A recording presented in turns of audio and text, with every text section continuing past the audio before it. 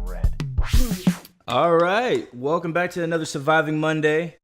We're gonna get into the one-on-one beat session. We're gonna get to figure out who we're talking to. So Betty, you're on the guest chair. Tell us a little bit about yourself, who you are. All right. Well, I am a photographer. Okay. Aspiring to be a director. Okay. So we're on the same wavelengths. Okay. You gotta give me drop your ad. Oh no, I got you. Oh, okay, for sure.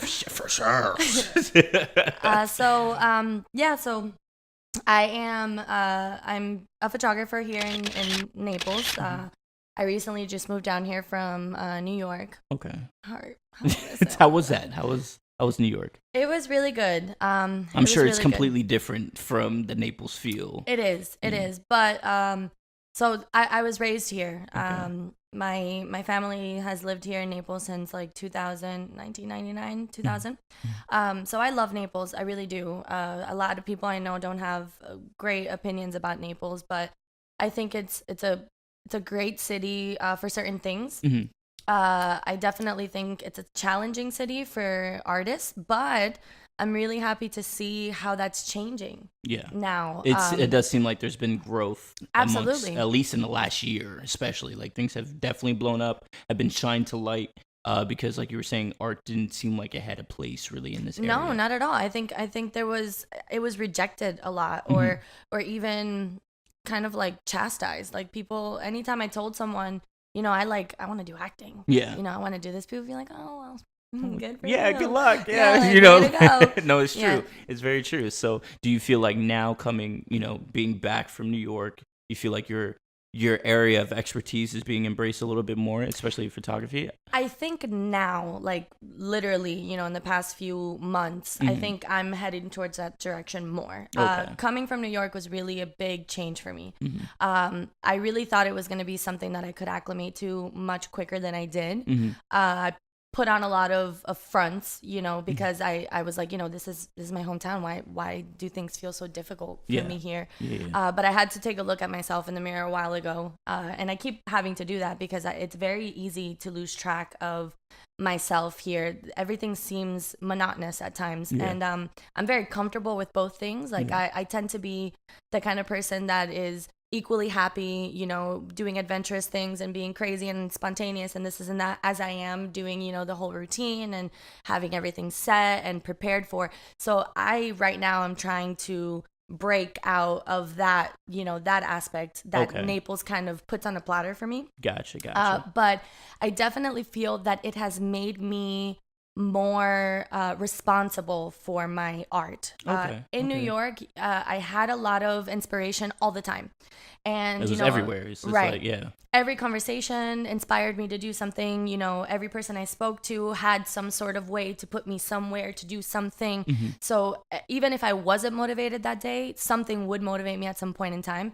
Which is exciting. I think that's good. It is, but it's also dangerous. At least it was for me. Mm-hmm. It put me in a place where I became very comfortable with not knowing what to do towards my art on any given day. Because you were expecting your inspiration to come eventually throughout the day. Exactly. Gotcha. And the majority of the time it would. I would literally have to hide from it in order for it not to come. Oh, wow. Here, it's the opposite. Yeah. Here, you got to search for it. You got to find somebody who does something that you do. Yeah. Complacent, like, the way that Naples is, it's so mellow, it's so placid and repetitive. You can literally catch the time that the rain is going to start falling every day, so those things for me are like, okay, you got to get up and you got to do something today towards your art. Otherwise, this is going to be a useless day for you, as photographer Betty, as artist Betty, or this and that.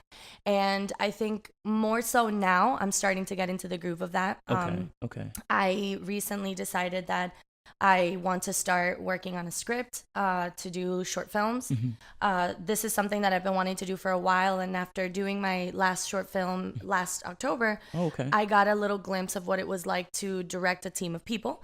And that was like, oh my goodness, I swear there was like fire pumping through my veins. Yeah, it was so that adrenaline exciting. Pumping, yeah. Yes, it was, oh my God, everything. Like, having to do the sound check, holding the boom every now and then having to stop the scene to be like, listen, I need you to give me more of this.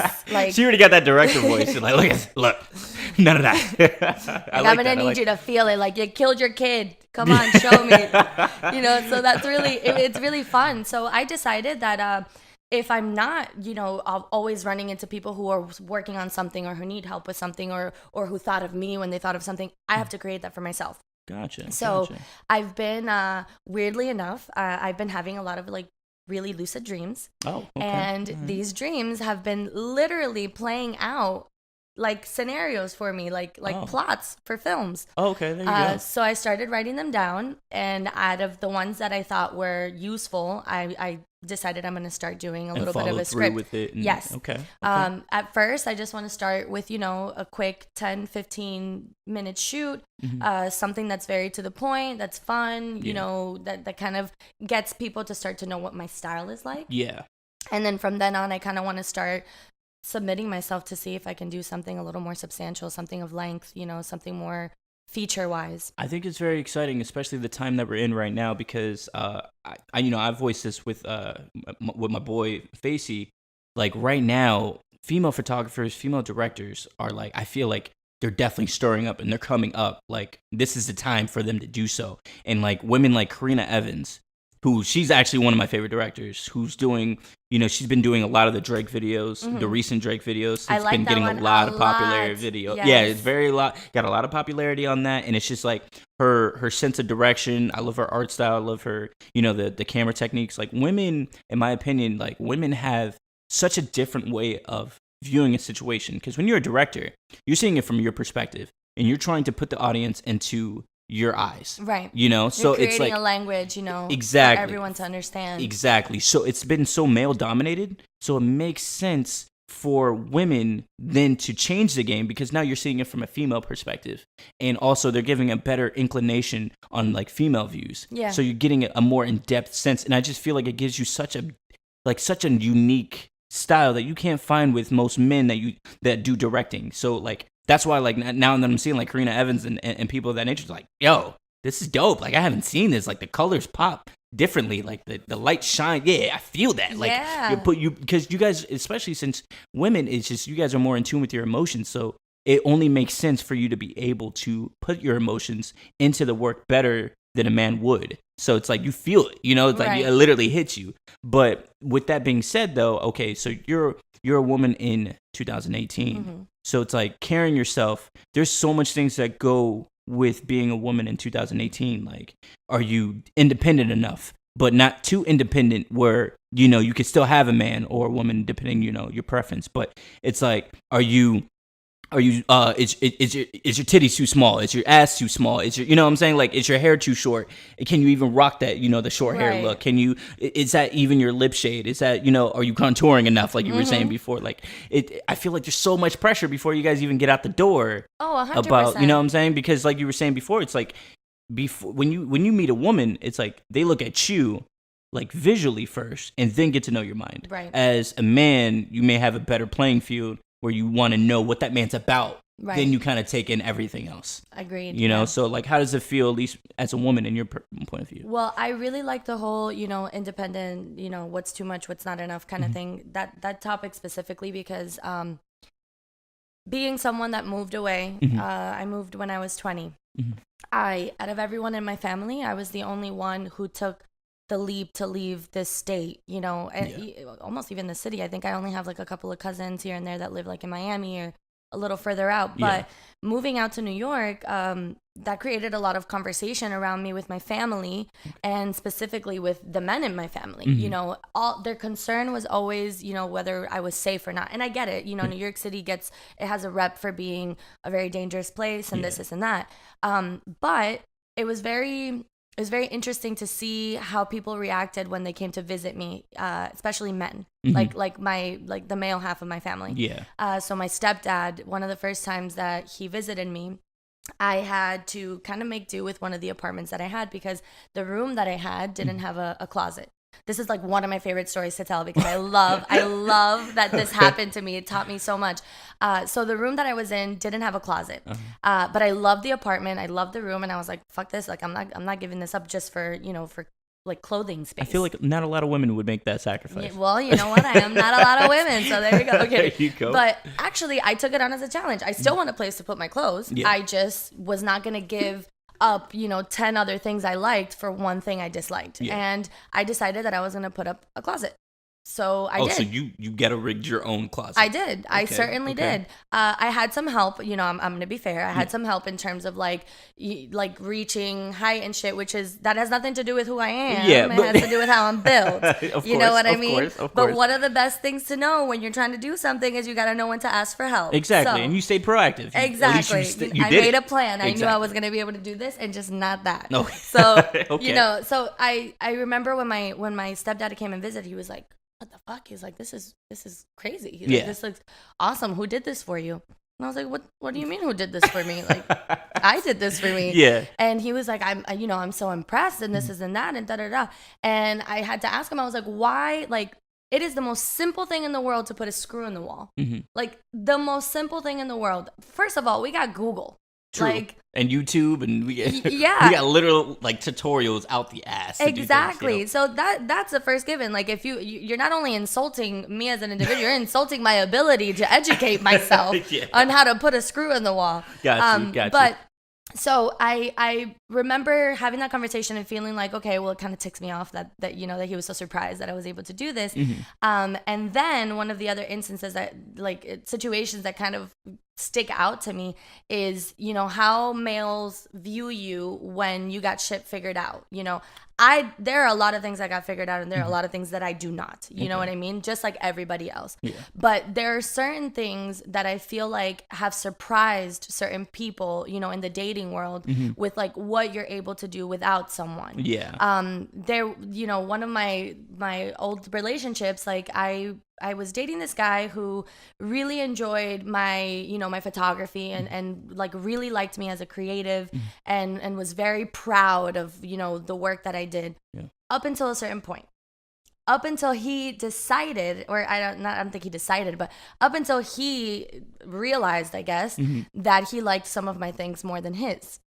And at that point in time, I no longer had a fan. Yeah. I no longer had somebody who was, supportive and proud and this and that. Yeah. I was now dealing with somebody who was resentful. I was dealing with somebody who did not know how to pat me in the back when I achieved something. I was dealing with someone who was more inclined to shoot me down than to lift me up when I needed it. Yeah. And at the time, it's really hard to kind of like realize that this person is actually treating you this way because you don't want to realize that this person who's supposed to be, a partner, someone who's supposed to like be there for you is in fact waiting on your downfall. Yeah. But after the fact, I sat down and I was like, what the fuck? Like why? Because I could figure something out in a way that you maybe couldn't figure out in that time, or exactly. that shouldn't be intimidating. Ask me. They always say it be the closest ones. You gotta Yeah. sometimes it be like Yeah. that. Okay. So I mean, obviously from that story, you can tell male ego played a huge part into that. But again, I gotta play devil's advocate because one thing that always gets insinuated, like something that's very stereotypical when it comes to men, is our ego, right? Like you got to cater to our ego to some extent.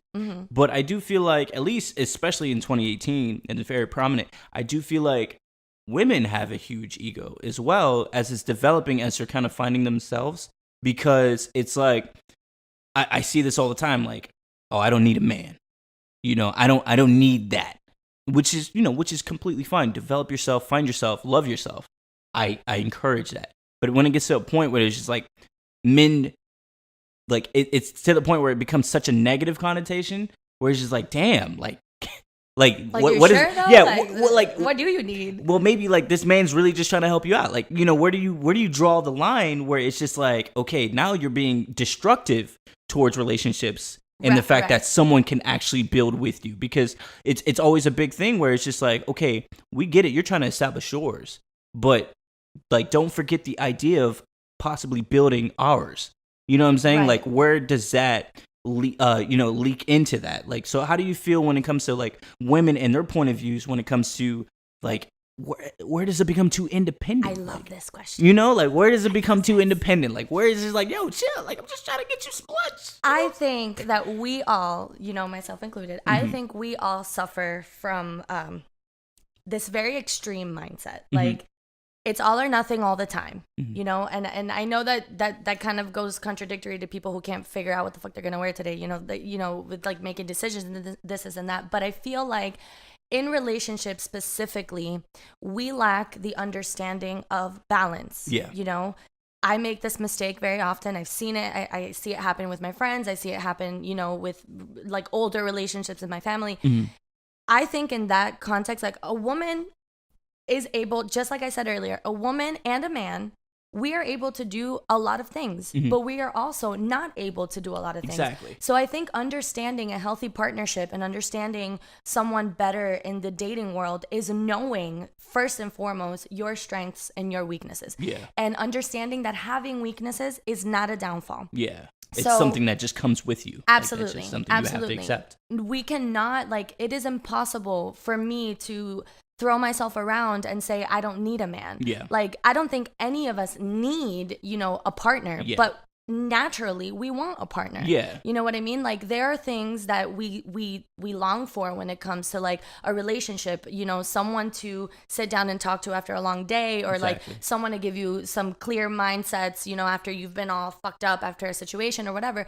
But I think people are so proud to admit when those moments actually come up, and they're so proud to genuinely say, I am not capable of doing this. Do you know how? Yeah. And I think that's the part where you draw the line, because I can be proud at times, personally. I was taught that not knowing something at times, especially when my intelligence is insulted or questioned, I've been taught that like you retreat and defend. But that's one of the biggest things that I've been trying to unlearn. Yeah. Our parents had to do a lot of things that we didn't do in this way. Our parents had to defend themselves from a lot of things. So it makes sense in their error, but Yes. like right now in our own era, like we have to change things up. Of course. Because I could tell you from a male perspective, at least when you're talking about egos and pride and things like that, it's like at some point it became a stigma where that's soft. Yeah. I'm soft because I need help. Right. Oh, you haven't done it, you ain't 100. Yeah. You can't handle yours. Like, oh, you're not really working hard, you're not grinding, you're soft. Right. You're fake. You're this, that, and the third, like you said, because you reached out, because you've opened up. So like, at least from the male perspective, I can tell you at least that there's a bad stigma that we have to address, that we have to, like you said, unlearn. That is one of my favorite words to use nowadays. There is this whole thing. People are now, information is the easiest thing to gather nowadays. You can learn anything at any time, whenever you want. I can learn how to cook you something right now, any dish. I can look it up and have it ready for you. Yeah. People are so busy learning things that we're forgetting to unlearn all the shit that was unloaded on us. Yeah. Not deliberately. Our parents wanted to look out for us. They wanted to teach us how to, deal with the world in the best way. Yeah. Society thought they were doing the best things for us with certain things, in school, outside of school, in sports, whatever. But all those voices in reality, you have to learn how to identify what's good and what's bad. Create that filter. Absolutely. Just because, your mother, your father, your cousin, your aunt or whatever said to you, well, this isn't how you do something. Well, that may very well be true in this situation, but everything is circumstantial. Yeah. She's not going to be in your situation when you have to think about what to do there. Yeah. So I think you have to take and really analyze, okay, well, this might work, but I know that this won't. Yeah. And I think that has a lot to do with like that softness. We are in reality all emotional people. Like you wouldn't be a person if you weren't. You'd be a fucking psychopath. Exactly. You know what I mean? Exactly. So we have to destroy that stigma of like people thinking that we're not emotional creatures. Absolutely. At the end of the day. You don't have to show your soft side to everyone in the world, but you do need to choose who deserves that soft side and who really is there to benefit from it, because there are times when people truly need someone to be gentle and kind and to be understanding and compassionate. And if you're not able to do that, I don't think anyone's able, like, you're not going to be able to have a successful relationship, whether that is with a friend, with a boyfriend or girlfriend or whatever. We all have to learn how to understand the right moment and the right time to show your true feelings. Exactly. And if you don't understand what those true feelings are, it is your responsibility to kind of dig deep and figure out why it's uncomfortable to get there. you know? Man, that you heard it first, man. Betty just dropping knowledge on us right now, man. I'm telling you, the one-on-one B sessions are just getting better and better at each time we have them, man. And hopefully you guys can take away some advice and stir up even more conversations, because that's just it's refreshing to hear from a female's perspective about things that we battle on a day-to-day basis. And again, this, you know, I hate to, you know, keep bringing male guests and talk about these type of situations without putting it in a female's perspective. So I personally learned a lot from this, and I'm excited because that was our one-on-one B sessions, but you know, game time's coming up. Yes, So I'm ready to kick your ass. Why she had to come at me? We just talked about animosity between genders. I was just waiting. And different.